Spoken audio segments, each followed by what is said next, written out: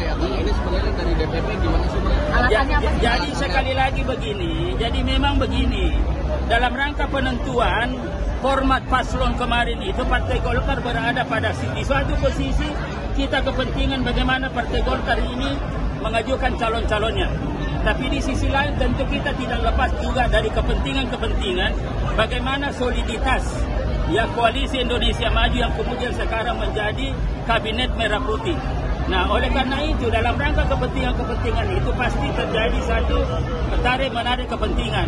Dan Partai Golkar dalam beberapa hal itu mengalah untuk kepentingan ya koalisi Indonesia Maju, termasuk DKI Jakarta misalkan.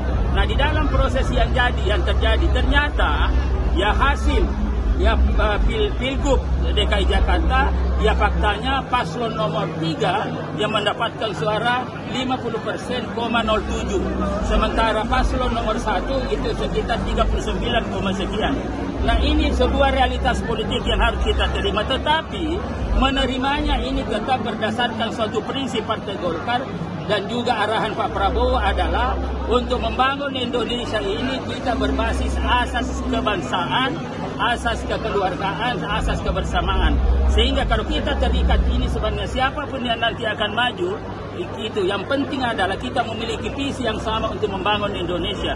Yang tentu secara nasional dipimpin oleh Prabowo Gibran itu. Ya saya kira itu, sehingga dengan demikian jelas.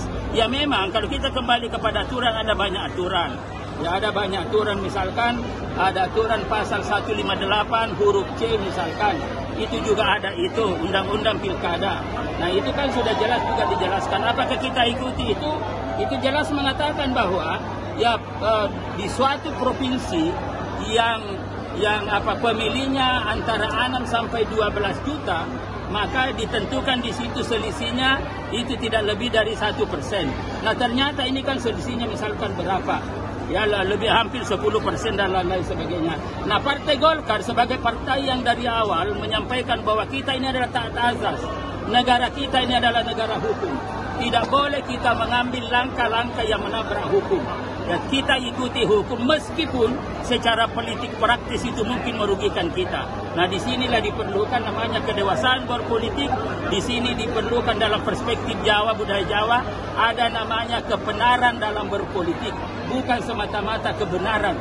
Nah kebenaran inilah yang sejatinya yang harus kita kedepankan juga terkait dengan kearifan, terkait dengan kebijakan, menerima realitas politik yang ada dalam rangka untuk membangun ya kesadaran ya kolektif di dalam berpolitik praktis dan lain-lain sebagainya. Ini saya kira itulah semua yang harus kita lihat.